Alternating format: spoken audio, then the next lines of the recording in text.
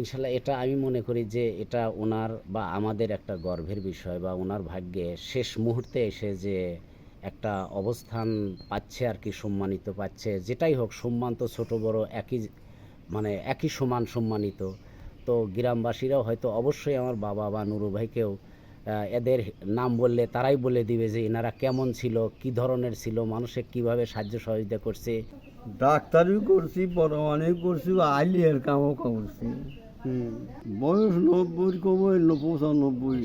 ব্যাপার লেখাপড়া করা আমি শিক্ষিত করেছি। আমি ব্যাপার শিক্ষিত করছি, অশিক্ষিত একটাও নেই আমার ভাই। আমার কাছে আল্লাহ বাসতে গরিব মানে আমি যাই আছি, আমি কাহো কোনো তো অস্বীকার করিনি। আমার জানা মতে আলহাজ আবু বক্কর সিদ্দিক উনি খুব ন্যায়পরায়ণ সৎ ব্যক্তি ছিলেন। উনি পার্শ্ববর্তী গ্রামে বিচার সালিশ গ্রাম সহ উনি মীমাংসা করতেন। আর উনি একসময় পল্লী চিকিৎসক হিসেবে ছিলেন। তো আমার জানা মতে উনি গরিব দুঃখী রুগীদের ফ্রি চিকিৎসা দিয়েছেন, ওষুধপত্রের দাম নেন নাই। এতে জনসাধারণ খুব উপকৃত হয়েছে। উনি এখন বর্তমান বার্ধক্যজনিত অবস্থায় আছেন, পেশা ছেড়ে দিয়ে উনি এখন নামাজ কালাম এবং এইগুলো নিয়েই ব্যস্ত আছেন। উনি একজন গ্রামের বড় গৃহস্থলী ছিলেন। ওনার বাসায় বাড়িতে ধানের মৌসুমে একসময় বড় হইচই লাগতো। অনেক কামলা নিয়ে যে প্রত্যেকটা ছেলেকে সুশিক্ষায় শিক্ষিত করেছেন, এর জন্য উনি ধন্য আমি মনে করি। এটা আসলে আমাদের জিগেরবাড়িয়া গ্রামে এই ব্যক্তিকে যে সিলেকশন করছেন, এটা আমার মনোভূত ব্যক্তি এবং সঠিকভাবেই আপনারা এরা নিশ্চয়ন করছেন। এটা ঠিক আছে। আল্লাহ রসুল এর ঘর আমি তাওয়া আল্লাহ করাইছি, আমি ওটাও জানি। আমাকে এমন কোনো কাম বাদ দেয় নাই, আমি জানি, আমিও করেছি।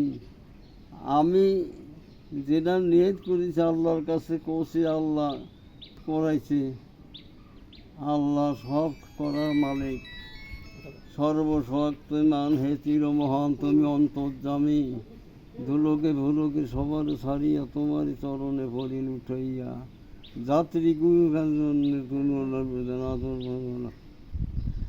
আল্লাহ জাতি গুনাহ গার্দীর্ণ তরুণী অসীম পাথারে কাঁদি পথ হারাইয়া।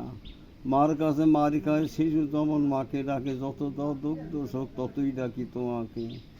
আল্লাহ হুমাইয়া নুরু তানাওয়ার তাবে নুরিয়া নুরিফা নুরিকাইয়া নুরু আল্লাহ বানার ফান্না বানায় না রাউফু লব্বাইকার হাম লব্বাইকার জাম লব্বাইকা আল্লাহ আসমাল ফিল কুমারী। আমরা ছোটোবেলা থেকে দেখেছি অল্প কিছু আর কি, যে আমার বাবা ডাক্তারি করতেন, গ্রাম্য ডাক্তার, এবং পাশে হাজি নুরুবাইও ছিলেন।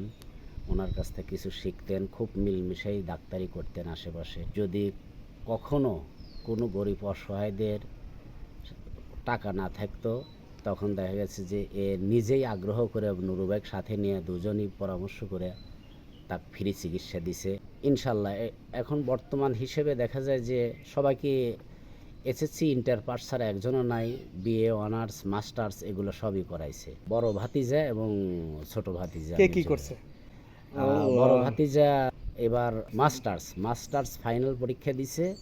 ছোট ভাতিজা রিমন ফরিদপুর পলিটেকনিক্যাল কলেজে লেখাপড়া করে। তো যাই হোক, আপনার জন্য শুভকামনা এবং সেই সাথে শুভকামনা থাকবে আমাদের আলহাজ আবু বক্কর মণ্ডল, যারা আমরা আগামী 22 তারিখ শুক্রবার আপনাদের এই উঠানে আমরা এসে ওনাকে সম্মানিত করব ইনশাল্লাহ।